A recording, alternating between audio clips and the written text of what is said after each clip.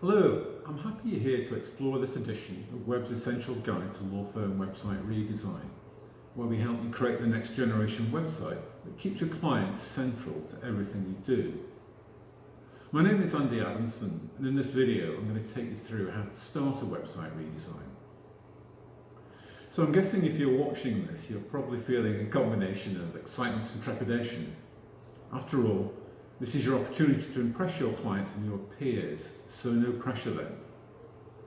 It's not every day that you do this, and it doesn't matter if it's the first time or your 10th time. We've created a simple process for you.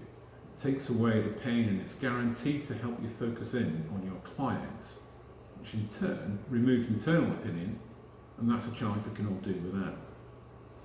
But first we need to put this into context, and by that I mean by making sure everybody internally is of the same mindset, and that is, what you're about to produce puts your clients at the centre of all that you do. It's about simple mindset shifts and new ways of looking at problems through empathy and collaboration. That means your new website is not for your partners or your directors. View of what you're about to produce as a gift to your clients. I hope that resonates and makes sense. So broadly speaking, there are 3 steps to a website redesign. Step 1, listen to your clients and document their challenges. Step 2, be inventive and solve the challenges they face. And step 3, test a prototype with them, improve it and then go live. So by following those simple stages, we keep focusing in on your clients and don't get stuck in other people's opinion, because there's only one opinion that really counts, and that's your clients. Our process will also give you the biggest competitive advantage, simply because your competitors have been looking at each other and they're not going anywhere. But you need to make sure everyone understands the mindset of client-focused thinking before you start. Okay, so let's go into a little bit more detail on those 3 steps. Step 1, listen to your clients and document their challenges. Listening to your clients is the lifeblood of any law firm website redesign. It will provide you with your biggest competitive advantage. So let me explain why. If we are not listening to our clients, you could be making some fundamental mistakes in how you deliver your services. Common sense would say, instead of designing your website by yourself in a room with others, maybe we should go out and talk to the people we're designing it for. So all we have to do is stop guessing and just ask. During these conversations, ask for their ideas, learn what their challenges are, the types of content they look for, and the tasks they want to perform. These insights set the stage for the entire project, uncovering actual opportunities and help give you, the clients, what they came for. By putting your clients first, you can understand everything from how they find you, the language they use, how they want to engage your content, and to what happens when they leave your website. You may hear this referred to as the client journey or the user experience. This process is really worth the effort and helps you understand the challenges your clients face. Let me take you through some of the methods we use in step 1. Client interviews and surveys, sales and support review interviews, and finally define what success looks like. Now let's look at some of the typical activities in step 1. Follow ethical guidelines and identify clients who are willing to help with interviews and surveys and document who they are. Listen to their challenges, their intent, and the tasks they want to perform. But pay attention to sentiment particularly.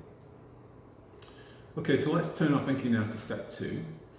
Be inventive and solve the challenges your clients face.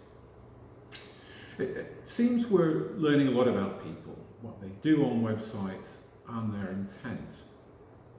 So if we now incorporate that knowledge into some of the decisions that we're making, we'd produce better online businesses, not just an improved law firm website. If you get the client research element right, you're about 80% of the way there, as it sets the basis for the rest of the website structure, and this method will provide you with the most improvements. You need to solve the challenges your clients face.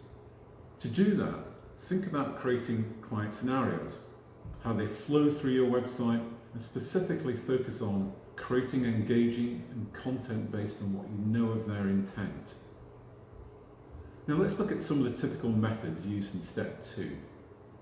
We create use cases and goals, look at business process and measurements, develop clear messaging directly addressing your client's challenges. Now let's look at some of the typical activities used in step 2. We identify technical features to best support your clients and only then select the appropriate technology. Develop a prototype design with functions based on actual requirements and goals. At this point, we also start creating client-focused content.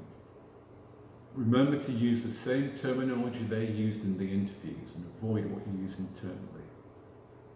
So let's look at the final step, and that's testing. Test a prototype, improve it, go live.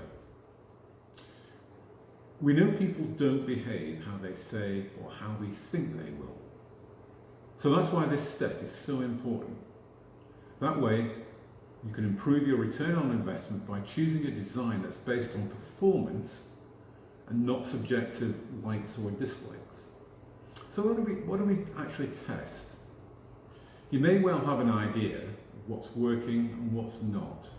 For example, perhaps you would like to increase the number of times your inquiry forms are used, or even the number of email newsletter sign-ups. Each website test is very different and can depend on a lot of different elements. So here's just a few. Amount of text on the page, short versus long, page title or description, colour and placement of buttons. It's worth noting when making changes to isolate each iteration and measure for at least 3 months.